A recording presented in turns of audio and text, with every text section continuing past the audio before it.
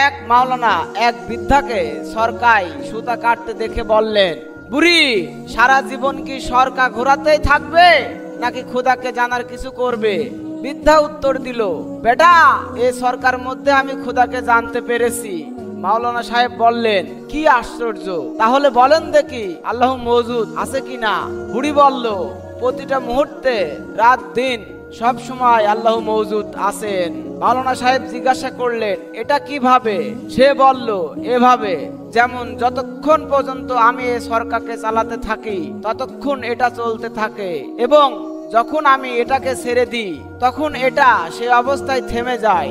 তাই যদি এ ছোট সরকার সব সময় চালকের প্রয়োজন হয়, তাহলে আসমান জমিন চাঁদ সূর্যের মতো বিশাল সরকার গুলোর চালকের প্রয়োজন কেন হতে পারে না?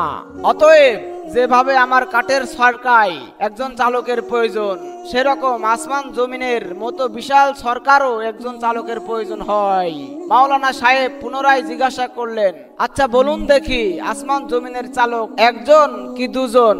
বুড়ি জবাব দিল, একজন, এবং এর প্রমাণও আমার সরকার। কেননা যখন আমি এই সরকারকে আমার মর্জি মোতাবেক যেদিকে চালনা করি তখন এই সরকার আমার মর্জি মতো সেদিকেই চলে। যদি অন্য আরেকজন চালক হতো তাহলে সে হয়তো আমার সাহায্যকারী হয়ে আমার মর্জি মোতাবেক চালাতো। তখন এই সরকার গতি বৃদ্ধি পেয়ে স্বাভাবিক গতির মধ্যে তারতম্য সৃষ্টি হয়ে উৎপাদনের ব্যাঘাত ঘটতো।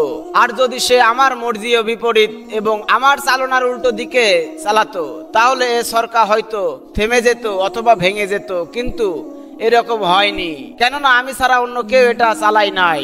এখানেই বোঝা গেল এই আসমান জমিন চন্দ্র তারার একজন আছেন, তিনি হলেন আমার আল্লাহ।